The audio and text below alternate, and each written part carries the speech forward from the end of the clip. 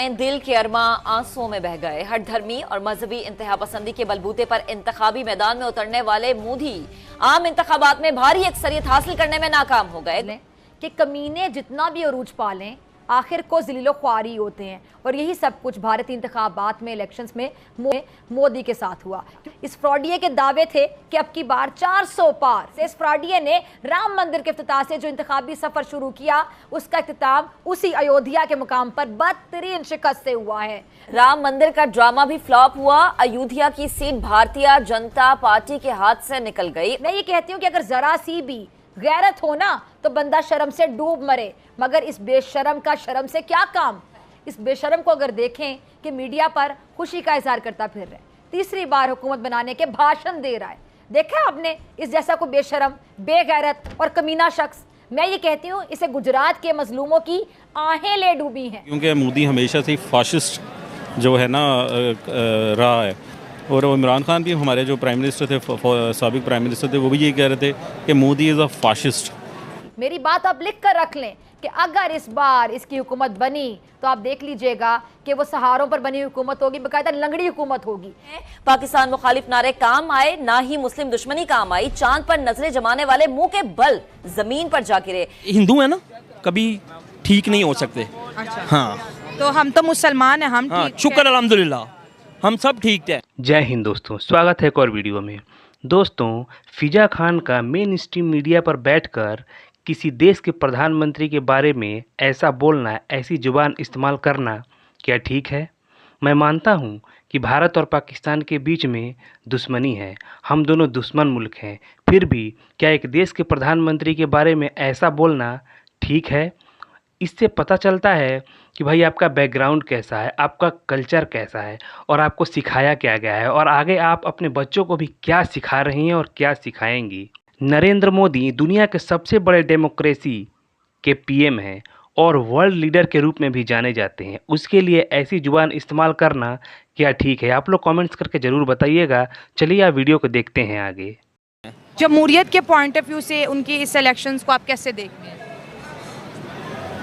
देखिए, मेरा तो पॉइंट ऑफ व्यू ये है कि जिस तरह के यूएस का जो प्रेसिडेंट है ट्रंप, पहली बार हिस्ट्री के अंदर इस तरह हुआ है कि किसी भी अमेरिकन प्रेसिडेंट को सज़ा दे दी गई है जो अपने जमहूरियत का एक लंबरदार मुल्क माना जाता है।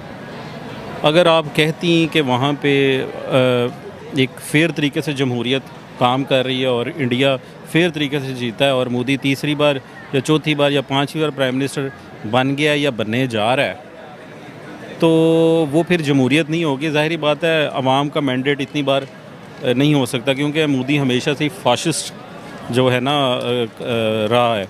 और इमरान खान भी हमारे जो प्राइम मिनिस्टर थे, साबिक प्राइम मिनिस्टर थे, वो भी यही कह रहे थे कि Modi is a fascist.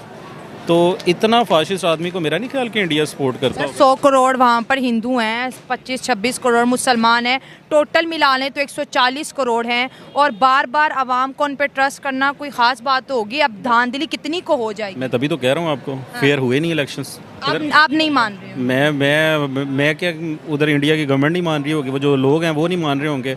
Modi अकेला ही अगर अपने आप को या चार अपने साथ नॉन स्टेट एक्टर्स मिला के कह रहा होगा मैं प्राइम मिनिस्टर हूँ, तो मेरा नहीं ख्याल कि पूरी इंडिया की वही आवाज़ होगी कि Modi is the prime minister. No, not at all. ये आप समझते हैं कि इतनी बड़ी लीड से वो नहीं आ सकते? मैं समझता हूँ कि फेक एक गवर्नमेंट बनाई गई है जो मोदी की है, जो 4 बार इतनी इंडिया की आवाम पागल नहीं हो सकती कि वो एक फाशिस्ट बंदे को तीसरी बार प्राइम मिनिस्टर इलेक्ट करवा दे। लेकिन सर, दूसरी जानिब लोग ये भी तो कहते हैं कि पिछले 10 सालों में उन्होंने बड़ी तरक्की की है, बड़े अच्छे अच्छे प्रोजेक्ट्स किए हैं, बड़े अच्छे मंसूबे किए हैं, तो शायद आवाम उस चीज़ को देख के उन्हें वोट कर रही है। आप क्या कहना चाहती है कि मैं कह दूं कि मोदी सही बना है? नहीं, मैं आपकी राय देख रही हूँ कि 10 साल में अगर उनकी ओवरऑल परफॉर्मेंस देखें तो वो आपको 4 बार बता तो चुका हूँ कि मैं उसके fair election. Religious point of view को डिस्कस कर रहे हैं, आप पॉलिसी पॉइंट ऑफ व्यू को डिस्कस। फाशिस्ट गवर्नमेंट को कह रहा हूँ, फाशिस्ट। इसमें रिलीजियस पॉइंट ऑफ व्यू तो नहीं है, इसमें इकोनॉमिक पॉइंट ऑफ व्यू भी आ गया है, इसमें इंटरनेशनल। आपकी 1 मिनट बात मान लेते हैं। पाकिस्तान के अंदर लोगों को ऐसा क्यों लगता है बहुत से बड़े बड़े सहाफ़ियों ने ये डिस्कस किया कि अगर तीसरी दफ़ा वो आते हैं तो हम जो कोशिश कर रहे हैं बैकडोर की इंडिया और पाकिस्तान की ट्रेड बेहतर हो जाए, वीज़ा प्रोसेसिंग बेहतर हो जाए, अगर तीसरी टर्म भी उनकी आती है तो ये हमारी तमाम कोशिशें बेकार चली जाएंगी। आप सहाफ़ी हैं, आपने बहुत से इंटरव्यू ख़ुद भी देखे होंगे। अब तो जैसे ऐलान किए जा रहे हैं कि वो आ गए हैं, तो क्या वो जो कोशिशें हम कर रहे थे या करने वाले थे, जैसे नवाज शरीफ ने बड़ा ज़ोर दिया कि हम कोशिश कर रहे हैं बेहतर हो जाएगा, उन तमाम प्रोजेक्ट्स का और उस मनसूबाबंदी का क्या होगा? आप पहले मैं आपसे एक से सवाल हाँ, पूछे। आप मुझे ये बताएं कि कितने को आपको जो हैं मुआहदे इंडिया के पाकिस्तान के साथ याद हैं? कोई बिल्कुल भी नहीं। वो लास्ट टाइम था वो जो कारगिल करके ख़त्म हो गया। नहीं, मैं आपको बताता हूँ। समझौता एक्सप्रेस एक इन्होंने स्टार्ट की, वही अटल बिहारी वाजपेयी आए थे ना लेके। हाँ। समझौता एक्सप्रेस स्टार्ट की थी, बस सर्विस स्टार्ट की थी, फिर ट्रेन सर्विस स्टार्ट की थी, आपके कस्टम का जो माल था वो इधर से उधर जाता होता था। बड़े अच्छे ताल्लुकात थे जब अटल बिहारी वाजपेयी थे। ठीक हो गया। जब प्राइम मिनिस्टर मोदी बना है उसके बाद से पाकिस्तान के इंडिया के साथ ताल्लुकात ख़राब होना शुरू हो गए। ठीक हो गया। अब ज़ाहिरी बात है इसमें हमारी जो करंट गवर्नमेंट हो गई या फॉर्मर गवर्नमेंट्स हो गई उनका भी अमल दखल तो है। ज़ाहिरी बात है कोई लोग सपोर्ट करते हैं मोदी को कि Modi is a good prime minister for the future of Pakistan, लेकिन ज़ाहिरी बात है कई लोग जो हैं वो पाकिस्तान के वो कहते हैं कि नहीं जी वो तो फाशिस्ट आदमी है, जैसे कि मैं भी कहता हूँ कि वो तो फाशिस्ट आदमी है, वो तो ठीक बंदा है ही नहीं है। अगर ठीक बंदा होता तो अपने जो सारे सराउंडिंग कंट्रीज उनके साथ जंग छेड़ देता। ये आप देख लें, अगर अभी कल की खबर थी जो ब्रेकिंग चलती रही है हर चैनल के ऊपर कि यहाँ से एक कार्गो जहाज़ भर के इंडिया का इसराइल के पास गया है, वहाँ पे जाके गोला बारूद लेके गया कि फ़लस्तीनों को मारें जाके। वो कह रहे हैं हम इसराइल के साथ स्टैंड करते हैं, तो फिर इसका वो मतलब अमेरिका के साथ भी स्टैंड करते तो फिर आप कहें ना India is not a good country. हैं। मैं कैसे क्या उनकी अलायंस है इसराइल के साथ? नहीं, आप कहें ना फिर मैं क्यों कहूँ उनके वज़ीर आज़म उनके लिए आप क्या बेहतर है? कहती हैं इसराइल के साथ जो हो रहा है वो इसराइल और इंडिया की अलायंस बेहतर है ना। हमारे अगर अपने हमारे देखें इंडिया चाइना को अच्छा नहीं समझता, लेकिन हम कहते हैं हमारा आप दोस्त मुझे है। सिर्फ इतना बता दें कि आप मुझे ये बताएं कि इसराइल जो फ़लस्तीन के साथ कर रहा है टू द पॉइंट, मैंने इस पे बड़े प्रोग्राम किए। मैंने पहले भी कहा है कि भाई ये नहीं होना चाहिए, इसराइल को स्टॉप होना चाहिए और पूरे मुस्लिम उम्मा का अगर ये पैगाम एक साथ हो तो ही काम बने ना। कैसे फेर दूंगा मोदी की, इसलिए कि फसाद की जड़ है वो कैसे? वो कैसे क्या, वो होता नहीं फुफो कटनी फुफो होती है ना, आप पूरे घर में पूरे खानदान में लड़ाइयाँ डलवा देती है। उसकी शक्ल भी ऐसी है और वो बंदा भी ऐसा ही है। और उसकी क्या नेचर लड़ाई डलवाई है उन्होंने? वो पाकिस्तान के सियासतदानों के अंदर लड़ाई डलवा देता है। वो कैसे? उसकी शक्ल नहीं देखती आप? हाँ। हाँ, अच्छी भली उसकी तो बात है तो क्या? आपको अच्छी लगती होगी।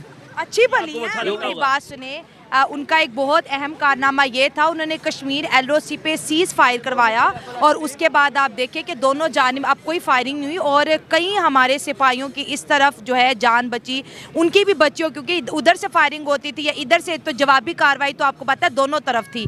तो उन्होंने बहुत अच्छे काम भी किए हैं। मैं तो उनकी फायरिंग या सीज फायरिंग देखता भी नहीं हूँ। हम अपनी पाकिस्तान की देखें ना, उनकी क्यों देखें? मुझे तो दोनों के बीच cease fire हो मुझे गया। इतने अंदर इंफॉर्मेशन नहीं है, मैं उनकी क्यों इंफॉर्मेशन लूँ? फ्रॉडी हैं, 2 नंबर लोग हैं, हम उनके कहने का मतलब वो हिंदू है ना, कभी ठीक नहीं हो सकते। पाकिस्तानी चाहते हैं कि उनके देश में पॉलिटिकल स्टेबिलिटी आए। ये बंदा क्या बोल रहा था?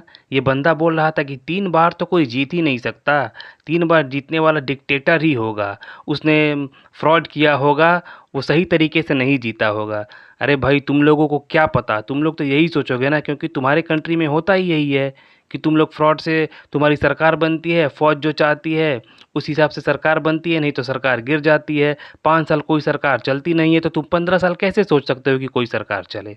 चलिए, आप कमेंट्स करके बताइएगा आप क्या सोचते हैं। मिलते हैं अगले वीडियो में।